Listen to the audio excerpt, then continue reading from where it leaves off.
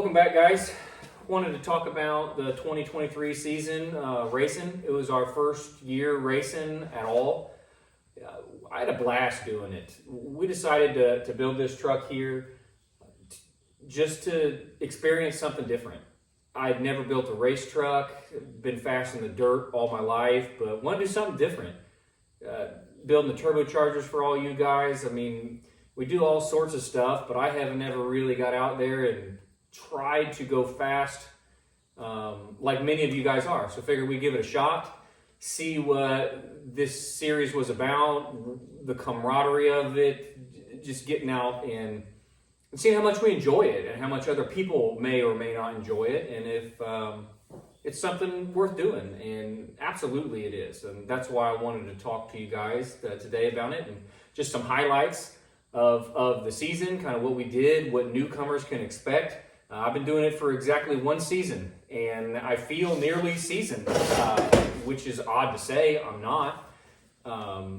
But you feel comfortable doing this stuff, getting out and seeing the same people, inviting new people over to come play. It's awesome. So I want to hit up a couple key points here, some stuff for the guys that's never done it or people that's only done it a couple times.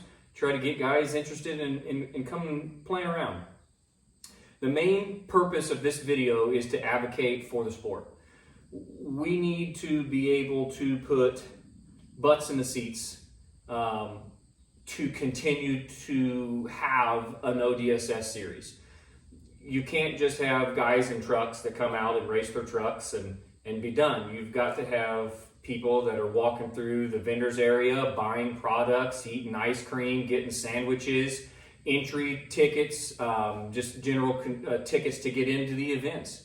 Come out and help us grow. If you've got suggestions for growth, hit up people like myself or other folks that are in the sport, in the industry, so we might be able to make these events better for people just to come visit, you know. Get your moms and dads and grandmas and grandpas and kids interested in coming out and hanging out and watching what we do and what we all enjoy.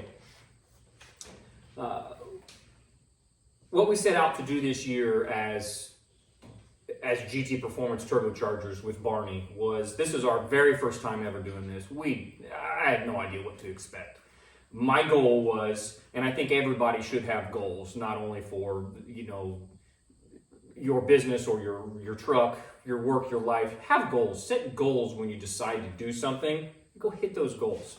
It's just good, and you feel complete when you're done with it and you know your next step.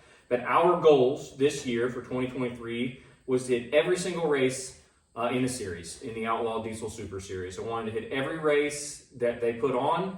I wanted to go out and get my participation points. I wanted to shake hands. I wanted to meet people. I wanted to have some fun.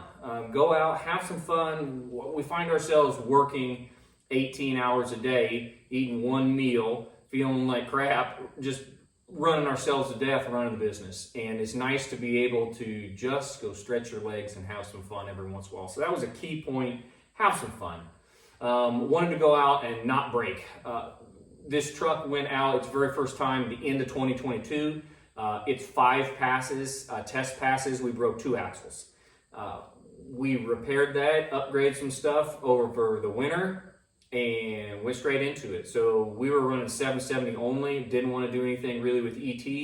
I don't have the time to really wrench on this thing well in between the races. So big goal was don't break the darn thing so that we can hit every race, which we did. And the very last race of the year we ran, which was just last weekend, the end here of September, we ran ET. So we got some more runs in, some more test and tune runs in.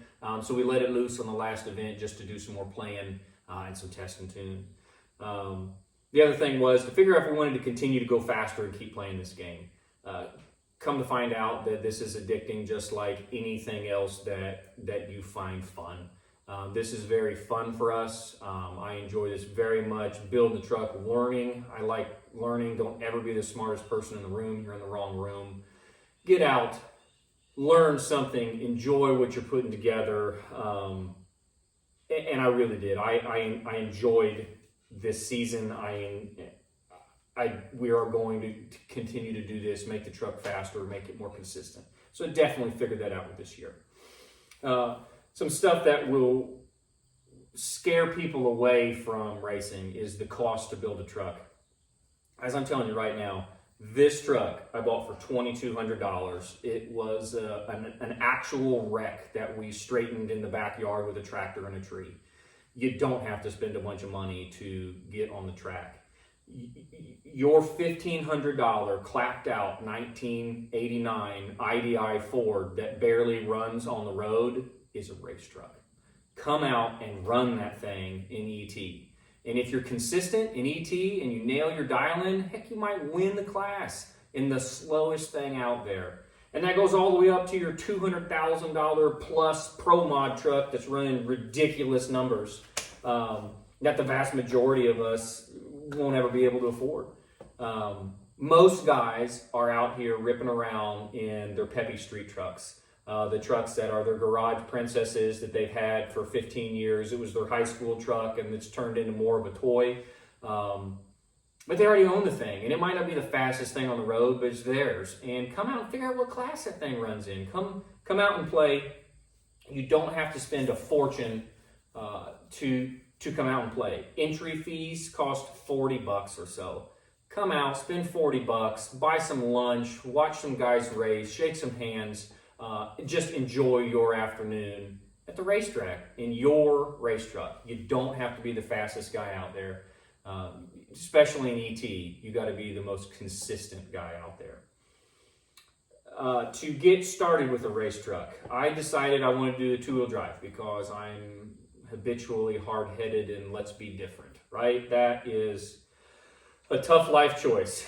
The four-wheel drive pickup trucks are way easier to be consistent in. It's easier to hold your boost back, your launches are better, almost everybody can run on street tires until you start making some power. It is much easier to start out in the diesel drag racing in a four-wheel drive. The two-wheel drive stuff I have found to be very interesting. I found it to be very difficult, which I think is what keeps me so interested in it. I enjoy the challenge, and good Lord, this is a challenge. Trying to just handle it, be consistent. How in the world do you do that when you start out at a disadvantage in traction? And I have found that to be very fun. It's very challenging, but if your mind doesn't work that way and that's not how you enjoy spending your time figuring hard problems like that out, do it in four-wheel drive. It's just easier. The learning process and attempting to get comfortable in your truck, it takes a lot of passes to start to get used to your truck and how it handles. This thing over here is you got so many switches and buttons and dials and knobs, and you've got to do 11 different things at once in order, it seems like, to run a similar pass.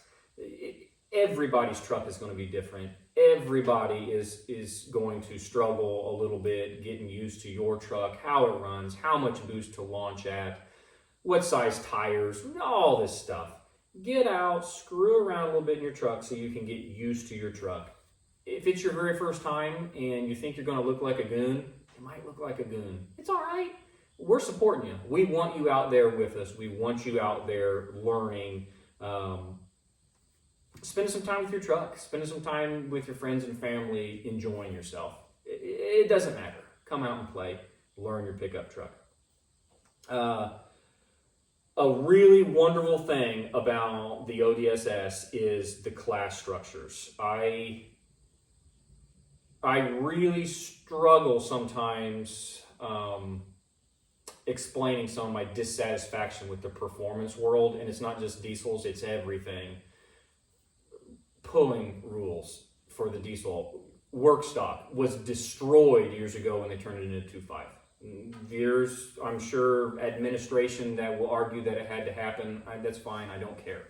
When you took the ability of the youth, your 16, 17-year-old high school kid with a clapped out truck, to come out and have fun at the county fairs, when you took that ability away to compete in a 400 horsepower truck and you let 900 horsepower 2.5 trucks made them legal in that class, you will inevitably destroy your sport by allowing that to happen. Because if you can't keep young people in the sport, if you can't keep it all evolving, I will eventually phase out and not want to do this anymore. I need somebody that I'm training and bringing up to take my shoes. And that's just how it all evolves. If you make it where I want to be the one that wins all the time in every class, eventually people don't want to come play. We need people to be able to play, and that is what's awesome about this ODSS stuff. The ET stuff is literally anything with a diesel engine, come race it. That's awesome. This could be the slowest thing you've ever been in your life, the goofiest looking car you've ever found on the marketplace. Or this could be a truck that runs 650 8 miles, like all sorts of stuff. That is awesome because there's no chassis rules and turbo size rules, and it is literally your painting. Go paint your portrait. That's awesome. The 770s, 670, 590s, Pro Mod stuff, it's the same thing. There is no limitation on nitrous or turbo size, turbo, number of turbos, weight of your vehicles. You do get into some weights as you get real fast, but it is such an open book to come compete. It allows for that influx of people. It's easy to qualify for these classes because there is a lack of rules. There's safety rules you've got to hit, but as far as building the vehicle, gear ratios, the actual size, make and model of the truck or car, the engine type, it just has to be diesel. That is a wonderful thing for the industry, the hobby, the diesel world. There needs to be more events that are easier to participate in for the masses. ODSS is one of them. To get started in this thing, all you got to do really is decide that you want to. The schedule is on ODSS's website. We're obviously done for this year, so it'll be probably late winter. They'll put out the schedule again. But just get on there. Find which tracks are close to you, which events are close to you, and just show up. Show up with your pickup truck and a little bit of entry fee money, and bam, you're ODSS racing. If you've got any questions about that, I struggled and asked a bunch of questions about rules. I didn't want to. Our very first ODSS race was in North Carolina, the south side of North Carolina. That was like an 11 and a half hour drive for us. It was a heck of a commitment. The truck had never been through tech. I had no idea what to expect, and I was nervous that I would invest all this time, all this money, and then get the red flag thrown at me. Nope, can't compete because you don't have something. If you've got questions about that, man, reach out to me. Reach out to somebody that's already in the industry, having fun. Paul Cato at Mavericks has helped me. TJ Frey, One Bad VP44, guys that are racing in this. I've just been friends on Facebook. I've hit up all sorts of guys asking questions like this, and for the most part, got really great answers, great support. Now that we've been playing the game a little bit, more than willing to help you out with any questions you got. And if I can't answer the question, I will find somebody that can and get back to you. Nerves. There are going to be lots of nerves. You're going to get to your first race and get into staging lanes, and you're just going to be jittery. You're going to screw up the staging lanes, and you're going to get back after you've got your first set of tickets and get back to your pits, and you're just going to be shaky and not knowing what to do. The nerves are fun. They're going to happen. They're going to happen whether it's your first time or your 100th time. Know that you're going to go out there. Know that you're going to screw up a little bit. Know that everybody else does. Do not be scared of your nerves. It's just part of the game. How much horsepower do you need to run these classes? That's a pretty common question. That's a question that I struggle getting answered. I didn't know and couldn't really find anybody to nail it down for me. They could tell me roughly how much horsepower they were making, but because there's so many variables, which is awesome in this, it's a broad spectrum. How much your truck weighs, how much horsepower you make, your RPMs, just all sorts of it. Here's a really generic answer to that question. How much horsepower do you need to run each class? ET, 0 horsepower or just enough horsepower to move your vehicle, and absolutely no faster than a 6.39 in the 8th mile. After a 6.39, you get into some safety concerns. There are some other speeds before that, but at 6.39, that will be the cutoff. 6.40 is the cutoff to run ET. So literally 6.40 to 30 seconds in the 8th mile is ET. Almost anything can run that. 770, you're going to be roughly 550 horsepower to 700. This is a really good idea to get to at 550 to 700. Your 670, things start getting more serious at 670s. 770 is a street legal truck. Lots of street legal trucks are in 670 or 770. At 670, many of those trucks are race trucks.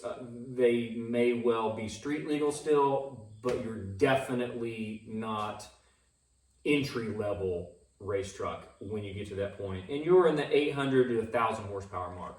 Those builds are starting to get pretty serious. Your transmissions, your tire setup, your suspension setups, your engines, you get pretty specific in 670s. When you jump up into 590s, those guys are all between 1,000 and 1,400 horse. And I will tell you that a 590 truck is rowdy. There's going to be a couple of those guys that are still street legal, but a 590 truck is gutted. They weigh nothing. They are incredibly fast. Very much a dedicated race truck when you get into the 590 stuff. Things start getting out of hand at 590 and beyond financially. Keep that in mind. If this is something that you're just hobby building your first time, I would not have you set out to go build a 590 truck. You could go straight into a 670 truck. That's doable. You can do that, especially if you have a decent platform already. You could definitely get into the 670s. And not spend a fortune. The ET stuff and the 770s is definitely going to be your entry level stuff. You're not braking nearly as often.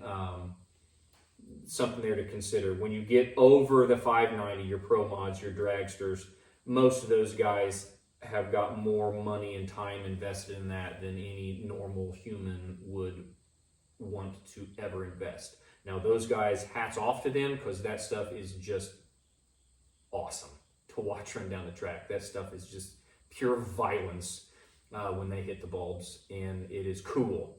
But most guys won't ever play that game just because of the investment to do that. Something else I wanted to hit on here with the horsepowers and the times was, these are on the table here. These are all our time slips from this past season.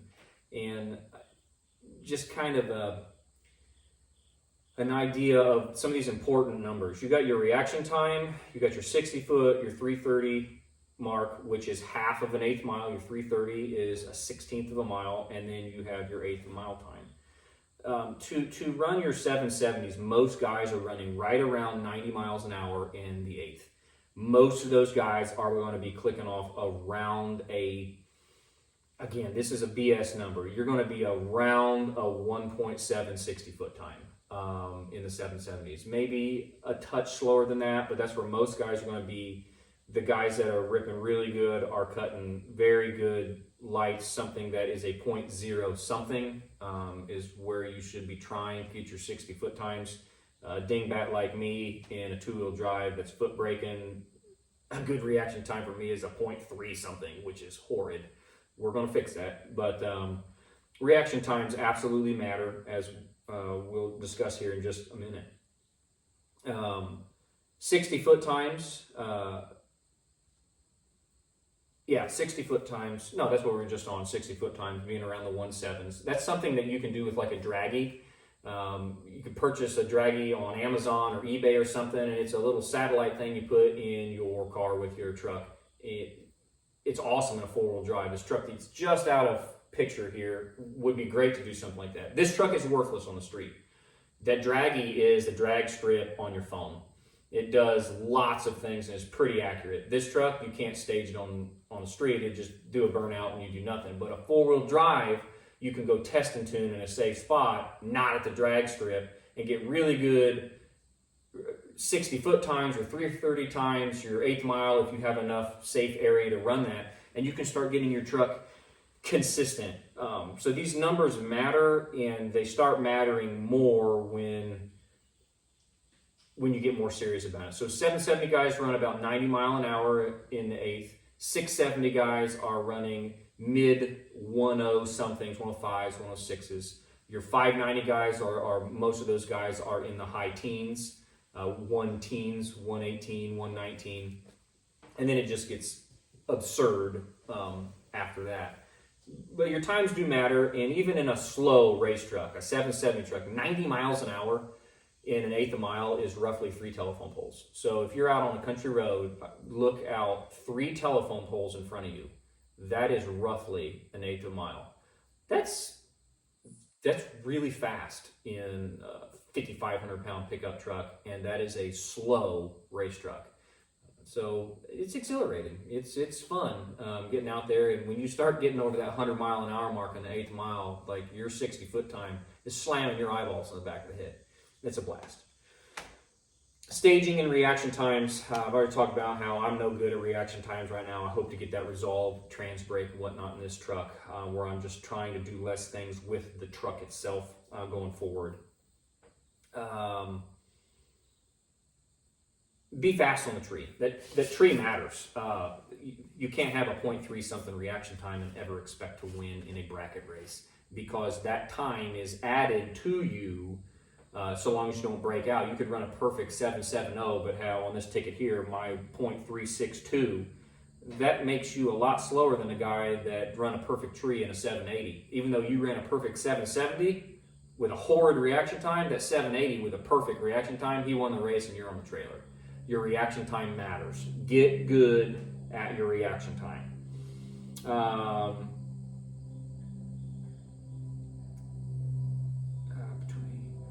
Staging is different between vehicles. Two-wheel drives need a burnout. This truck is, again, nearly worthless without a good burnout. You got to get sticky tires. So there's a water box. If there's not, there'll be a guy with a hose up there that will water down an area of the pavement for you to do a big burnout in. If you are a four-wheel drive guy, lots of those guys, most of those guys will drive around the water box to keep their tires dry, because you don't need it, and you obviously don't want wet tires coming up there to the line without a burnout. Pay attention to the guys operating the track. They will help you through the water box, tell you when to do your burnout. They'll bring you up to the line. They will let you know when it's time to go and the track is safe and the race is getting ready to start. So pay attention to the guys working. As you come up, this is kind of the way I do it. And every race is different, but staging in, come up and hit your bulb. Hit one bulb. There's 2 sets of yellows, and then we run a pro tree in all the classes. ET's different, but so bulb 1, you stage in, bulb 2, and then it's all yellows, half second, and then green.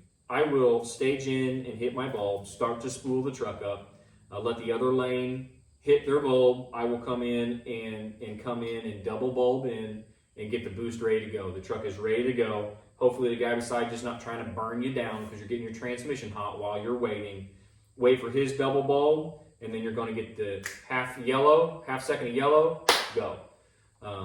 That is how staging in the Pro Tree works, how the lights click down. Bulb 1, stage in, he comes and hits his, yellow, go. Commitment to the event, that was a little bit of an investment this year. If you want to hit all the races, more power to you. That's what we did. It's very much doable. You got to plan for it. It takes a small army to kind of make all this work. I'm so thankful for my friends that wanted to hang out and be part of this. It is a lot, loading the truck up, switching tires over, getting an Airbnb or a hotel room, just putting it all together. It really does take a small army to enjoy it. So hopefully you guys would have some friends, family, wives that support you, want to go enjoy the weekend with you. And it doesn't have to be all racing. You can be done with racing and go hit something up on the way home. But know that these events all aren't going to be necessarily close to you. They're dotted all over the country, and it is a commitment to get to them, not only financially, but just the time investment. It doesn't cost a fortune to get there. It's diesel fuel and your hotel rooms and your food. but you do have to spend the time to get there. The fun factor of this, guys, this year has been a blast. It's been a lot of work. I spent this year doing this racing thing more as a job than having fun, and it still turned into a bunch of fun. Next year, I hope it's more fun than it was work. We're going to kind of do it a little different. But I still had an absolute blast hanging out with friends and family, making new friends, seeing cool stuff. You can't take it with you, guys. Get out, enjoy your day, be that kid that we all have buried deep inside. Get out and be that kid every once in a while. Go make a memory. Go make a story that you can tell your kids one day about what you did when you were having fun, so you can inspire them to go have fun too. Get out, make a memory. It's a blast. Once you're there, once you're going, this really has been a lot of fun.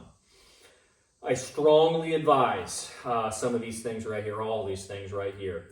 Have some friends or family or a couple GoPro or camera mounts in the truck, or someone taking pictures of your vehicle. Not only to look back on data, it's very beneficial to be able to go back and look at your boost, look at your drive pressure, look at your EGTs, look at how your tires are wrinkling or how your suspension is moving, being able to see if you were burning out or if you dead hooked. All that stuff is super important data-wise.